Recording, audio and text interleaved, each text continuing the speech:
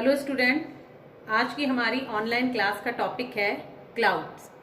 Clouds क्या होते हैं, कैसे बनते हैं, किस प्रकार से ये एटमॉस्फेयर में रहते हैं, कौन कौन से प्रकार के हम जो देख रहे हैं क्लाउड्स को हम कहते हैं बादल।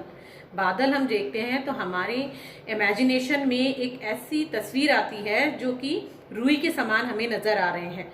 जो घने वाइट रुई के समान फ्लफी मटेरियल हमें जो आसमान में दिख रहा है, आकाश में दिख रहा है, उन्हें हम बादल कहते हैं। लेकिन ये बादल इसी प्रकार के नहीं होते हैं। करीब 10 प्रकार के बादल पाए जाते हैं। 10 टाइप्स ऑफ क्लाउड्स हमारे एटमॉस्फेयर में मिलते हैं। इन्हीं के बारे में हम आज डिटेल स्टडी करेंगे। क्लाउड्स होते क्या है, what is the form, how the clouds format, clouds formation कैसे होता है, types and factors affecting the clouds. अगर हम क्लाउड्स की बात करें, बादल की बात करें, तो बादल वाटर वेपर से बने हुए ऐसे माइक्रो पार्टिकल्स हैं जो एटमॉस्फेयर में सस्पेंडेड रहते हैं। इन माइक्रो वाटर या आइस पार्टिकल का फॉर्मेशन एटमॉस्फेयर में प्रेजेंट ह्यूमिडिटी के कंडेंसेशन से होता है। ये बहुत ही ताजुब की बात है कि क्लाउड्स में वाटर पार्टिकल एयर से अधिक भारी होते हैं, हैवी होते हैं, फिर भी ये एयर में, एटमॉस्फेयर में हमें सस्पेंडेड या लटके हुए या तैरते हुए कैसे दिखाई देते हैं। इसी को ध्यान में रखते हुए एक बहुत ही पुराने ग्रीक साइंटिस्ट हैं एरिस्टोटल ने कहा है कि ये जो क्लाउड्स हैं उनमें वाटर के पार्टिकल्स इतने माइक्रो होते हैं कि वे डस्ट पार्टिकल की तरह हवा में उड़ सकते हैं। डेस्कार्टस कहते हैं कि जो क्लाउड्स हैं, क्लाउड्स क्या हैं, ये एक पार्टिकल्स का ग्रुप है और उसकी जो क्वांटिटी है वो हमेशा उसके वॉल्यूम, अधिक वॉल्यूम वाला होता है। तो यानी ये एयर की जो बैरियर है उसके भार से अधिक होती है, इसलिए वो तैरते रहते हैं। इसी तरह से हैली जो साइंटिस्ट हैं वो बताया उन्होंने 1688 में कि ये इनविजिबल वाटर वेपर जब डेंस होकर एक माइक्रो बबल्स का रूप ले लेती है तो इनको कहते हैं क्लाउड्स। वो क्लाउड्स बन जाती है। ये जो क्लाउड्स हैं, क्या वो एटमॉस्फेयर में जो दिख रहे हैं, क्या वो नीचे नहीं आते हैं? लेकिन लगातार नीचे आते रहते हैं। लेकिन नीचे आने पर क्या होता है कि इनकी जो लोअर एयर, जो लेयर है, इनकी निचली वाली सतह जो होती है वो अधिक टेम्परेचर के कारण वापस से इवोपरेट हो जाती है और वेपर्स के रूप में वापस ऊपर चली जाती है और डेंस होके ये वो वाटर पार्टिकल्स बना लेते हैं। So we can say a cloud is a visible mass of water droplets or frozen crystal made up of water or various chemicals suspended in the atmosphere. We also can say cloud is a mass of minute water droplets or tiny crystals of ice formed by the condensation of the water vapor in free air at considerable elevation. Now the classification.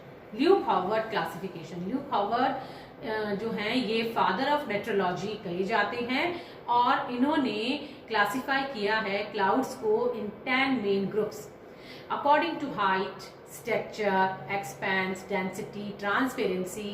Clouds को अलग अलग group में define किया गया है। Types of clouds. High level clouds जो 20,000 feet के भी अबाव रहते हैं, ये क्लाउड्स होते हैं साइरस, साइरोक्यूमुलस, साइरोस्ट्रेटस। नाउ मिडिल लेवल जो मध्य में पाए जाते हैं, तकरीबन ऊंचाई होती है इनकी 6,000 से 20,000 फीट। It is composed of the water droplets, grey और pale blue in appearance. Altocumulus, altostratus, nimbostratus. Low level clouds जो बिल्कुल धरातल पे, एटमॉस्फेयर पे मिलते हैं, composed of water droplets, okay, now grey in appearance.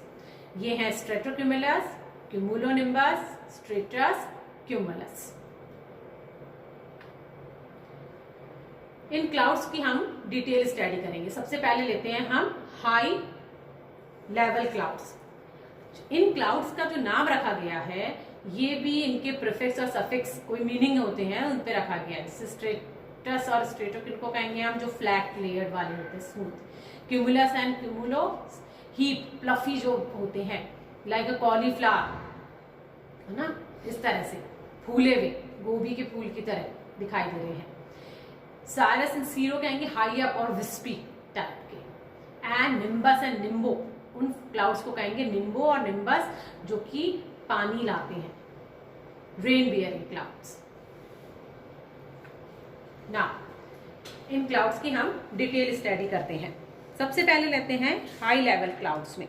High level clouds में है साइरस। साइरस क्लाउड्स जो होते हैं ये सबसे ज्यादा हाइट पे पाए जाते हैं, एटमॉस्फेयर में सबसे ज्यादा हाइट पे ये मिलते हैं क्लाउड्स।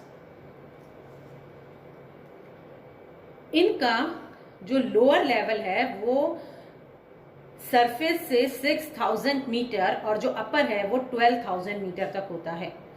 ये आइस के माइक्रो पार्टिकल से बने होते हैं और दिन के समय ये ऐसे लगते हैं जैसे कि वाइट फेदर्स हैं, इस तरह से नजर आते हैं, वाइट फेदर के समान, पंखों के समान नजर आते हैं। और इनकी आकृति इस कारण होने की वजह से, जो साइरस वर्ड है इट्स अ लैटिन वर्ड, इसका अर्थ जो होता है ये होता है mayor stay, Cyrus comma mayor stay.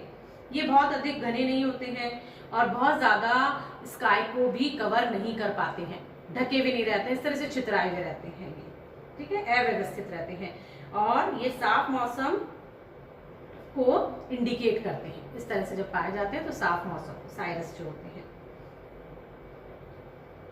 Next is the cirrostratus clouds. Cirrostratus clouds,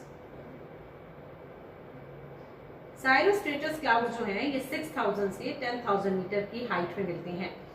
ये वाले जो क्लाउड्स होते हैं साइरोस, ये भी वाइट और थोड़े से रेशमी टाइप ये इस तरह से नजर आ रहे हैं और ये एक इवनली पूरी तरह से स्काई को कवर करके रखते हैं, इवनली फैले हुए हैं, डिस्ट्रीब्यूटेड हैं, कवर करके रखते हैं।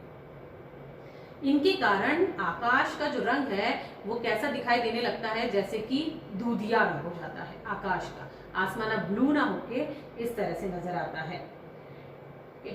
और ये क्लाउड सब दिखाई देते हैं, ये are the indication of the cyclone storm. अगर साइरोस्ट्रेटस क्लाउड्स नजर आ रहे हैं, दिखाई दे रहे हैं, पहचान रहे हैं हम, तो ये इंडिकेशन है किसी तूफान के आने का। नेक्स्ट हाई क्लाउड्स होते हैं साइरोक्यूमुलस। साइरोक्यूमुलस हाई क्लाउड्स होते हैं, बहुत ही हाइट पे जो पाए जाते हैं, ऊंचाई पे पाए जाते हैं। ये 7000 से 10,000 मीटर की हाइट पे मिलते हैं। इसमें माइक्रो फ्रोजन पार्टिकल्स मिलते हैं और ये व्हाइट बैंड की तरह या फिर स्फेरिकल गोलाकार बादलों के गुच्छे की तरह दिखाई देते हैं। ये जब आकाश में रहते हैं तो इनको मैक्रेल कहा जाता है, मैक्रेल आकाश कहते हैं। और ये सामान्यतः जनरली मॉर्निंग में दिखाई देते हैं और जैसी धूप निकलती है ये गायब हो जाते हैं, डिसअपीयर हो जाते हैं। Now the next middle level में पाए जाने वाले क्लाउड्स, एल्टोस्ट्रेटस। मिडिल लेवल में पाए जाते हैं एल्टोस्ट्रेटस क्लाउड्स। ये एल्टोस्ट्रेटस क्लाउड्स जो हैं 2000 से 6000 मीटर की हाइट तक पाए जाते हैं। ये मिडिल लेवल, मिडिल क्लाउड है, माइल्ड लेवल के होते हैं, ठीक है। और एक ये पूरे आकाश को कवर करके रखते हैं, बहुत ज्यादा फैले हुए रहते हैं, इवनली डिस्ट्रीब्यूटेड है ये भी और घने हैं, ये साइरोस्ट्रेटस से घने हैं, ये इस तरह से पूरे आकाश में फैले हुए रहते हैं। और जब ये फैलते हैं उस समय सन जो होता है इसको भी छुपा लेते हैं और रात के समय रहेंगे तो मून को भी अपने अंदर ये छुपा लेते हैं, हल्के पड़ जाते हैं। उस समय सूरज का और जो मून का प्रकाश होता है वो हल्का पड़ जाता है। इनके अंदर फ्रोजन पार्टिकल्स हैं और वाटर वेपर्स पार्टिकल्स भी हैं।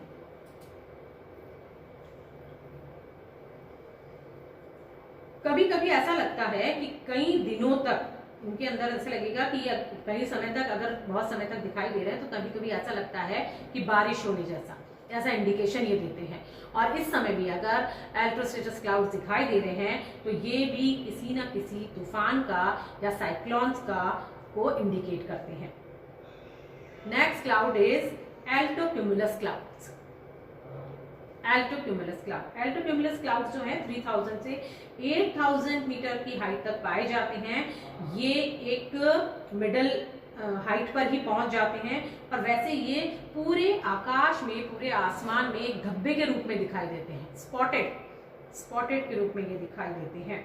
ये जो क्लाउड्स होते हैं व्हाइट भी होते हैं और ग्रे भी होते हैं और बहुत ज्यादा ये डोम शेप के रहते हैं और इस तरह से एक के ऊपर एक, जैसे वेवी टाइप होती है इस तरह से भी नजर आते हैं, वेवी टाइप नजर आते हैं। Next is the nimbostratus clouds. Nimbostratus cloud जो होते हैं बहुत नीचे पाए जाते हैं, हमारे सरफेस के बिल्कुल नजदीक मिलते हैं। निम्बोस्ट्रेटस सरफेस के नजदीक पाए जाते हैं, ये बहुत पास में बनते हैं और ये एक इस तरह से नजर आते हैं। ये बहुत डेंस क्लाउड्स हैं और इस तरह से नजर आते हैं ये कि कोई एक डेंस, कोई काला एक बहुत ही बड़ा मास जो है ये मिल रहा है, दिखाई दे रहा है, इस तरह से नजर आते हैं। इसका अर्थ भी यही होता है, निम्बस का जो अर्थ होता है अभी हमने देखा था, उसका मतलब डेंस क्लाउड होता है, काले रंग के जो होते हैं, क्योंकि इनके अंदर बहुत ज्यादा वाटर वेपर्स है, पार्टिकल्स जो है बहुत ज्यादा इसके अंदर मिलती है और बारिश बहुत लाते हैं ये।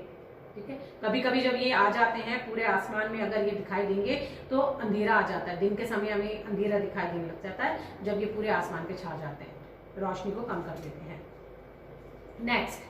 Next is the stratocumulus clouds. Low level clouds जो हैं स्ट्रेटोक्यूमुलस क्लाउड। स्ट्रेटोक्यूमुलस क्लाउड्स 3000 से अधिक नहीं होते हैं और ये कम ऊंचाई के होते हैं और ये भी इस तरह से डोम शेप के इस तरह से ये नजर आते हैं। ये भी लहरों के समान, जैसे एल्टोक्यूमुलस थे इस तरह से स्ट्रेटोक्यूमुलस हैं और ये भी ऐसे गोलाकार लहर वेवी टाइप रहते हैं। हल्के ब्राउन कलर के होते हैं, लोअर लेवल इनका कभी कभी ब्लैक दिखाई देता है और ये पूरे आसमान में फैले हुए रहेंगे, कवर करके रखते हैं पूरे आसमान को, फैले हुए रहते हैं और शाम के समय एट द इवनिंग ये होरिजन तक फैल जाते हैं, दिखाई देता है दूर तक की होरिजन नजर आ रहा है। Next is stratus. Stratus clouds ये लोअर क्लाउड्स हैं, 1 और 2 माइल तक ही रहते हैं। व्हाइट इस तरह से सफेद चादर के समान व्हाइट फैले हुए दिखाई देते हैं ये और इनका जो रंग है वो बदलता रहता है। कभी कभी ये आप देखेंगे तो कभी कभी ये रेड कलर के, पिंक कलर के, पर्पल कलर के, इस तरह से कभी कभी इनका रंग बदलता रहता है, नजर आते हैं। Next is cumulus clouds. Cumulus clouds जो होते हैं ना, ये हमें सबसे ज्यादा जो नजर आने वाले क्यूमुलस क्लाउड्स होते हैं। क्यूमुलस क्लाउड्स जो होंगे ये सबसे ज्यादा बहुत ही अधिक विशाल ऊंचाई पर, ऊंचे जो उभरे हुए दिख रहे हैं, उभरे लाइक अ डोम शेप के नजर आते हैं। इसी की वजह क्यूमुलस मीन्स होता है like a cauliflower like the structure, इस तरह से इसमें दिखाई देती है ये जो होते हैं ये भी वर्टिकली होते हैं और छोटे और बिखरे हुए और पूरी तरह से डोम शेप के पाए जाते हैं। आंधी तूफान का ये भी एक तरीके से इंडिकेशन देते हैं, indicators of the स्ट्रोम। Next is cumulonimbus clouds. Cumulonimbus clouds जो होते हैं, ये देखो आप, क्यूमुलोनिम्बस क्लाउड सबसे ज्यादा वर्टिकली इस तरह से ना वर्टिकली फैले हुए हैं, ऊपर की तरफ नहीं फैले हुए हैं और ज्यादा घने हो रहे हैं और ज्यादा इसके अंदर जो उभार है वो दिखाई दे रहे हैं, डोम शेप के होते हैं, क्योंकि ये जो क्यूमुलस क्लाउड्स होते हैं ये सबसे ज्यादा डेंस और सबसे ज्यादा ब्लैक होते हैं। कभी कभी इनके अंदर क्यूमुलस क्लाउड्स वो होते हैं, बारिश तो निम्बोस्ट्रेटस में अंदर होती है, लेकिन क्यूमुलस क्लाउड्स जो होते हैं इनके अंदर थंडर स्टॉर्म होता है, थंडर स्टॉर्म वाले क्लाउड्स होते हैं, सबसे ज्यादा गर्जन जो करते हैं वो ये करते हैं। इनके साथ भी कभी कभी फ्रोजन पार्टिकल्स भी आते हैं, ओले जिसे हम कहते हैं वो इनके समझने के कारण गिरते हैं। तो ये हमारे हो गए clouds, types of different clouds. This is also another picture of the cloud. Now formation of clouds. Clouds कैसे बनते हैं हम सब पढ़ चुके हैं पहले की क्लासेस में। क्लाउड्स कैसे बनते हैं? By the condensation, the process of the condensation, clouds बनते हैं वाटर साइकिल के through. Clouds formation occur through convection. As the intensity of solar radiation increase, the warmer air becomes lighter and moves upward. As this happens, the temperature decreases, so does the amount of water vapor air can hold. Due to this, the process of condensation starts. These vapor rapidly condense and soon become changed into clouds, composed to the countless billions of tiny water droplets or ice crystal result clouds. Okay, One more process of the cloud is water cycle. Simple water cycle हम छोटी classes से देखते हुए आ रहे हैं, पढ़ चुके हैं वाटर क्लासेस में. छोटी क्लासेस के अंदर what are the steps of the water cycles. Okay, सबसे पहले है इवोपरेशन. इवोपरेशन होता है, इवोपरेशन हो रहा है from the water bodies, from the lakes, from the oceans. सब जगह से इवोपरेट्स होती हैं. इवोपरेट्स होने से जो वेपर्स होती हैं वो ऊपर चली जाती हैं. Transpiration occur in the plants. Plants के अंदर जो इवोपरेशन हो ट्रांसपिरेशन कह रहे हैं. Water enter into the atmosphere, and atmosphere में water it will condense and change into the water droplets, and these water droplets lose their water in the form of the rain, hail, snow, etc. Now the factors which are influencing the cloud formation. Surface heating, जितनी surface heating होगी उतने ज्यादा clouds आएंगे. Topography, that is the also the feature of the area, ये पे depend करता है. Factors affect करेंगे क्लाउड्स वन में. Frontal the warm air rise up, how mass, how quantity the warm air the rise up and becomes cold. Convergence stream of air flowing from the different direction, अलग अलग से. और क्या force लगता है इसमें.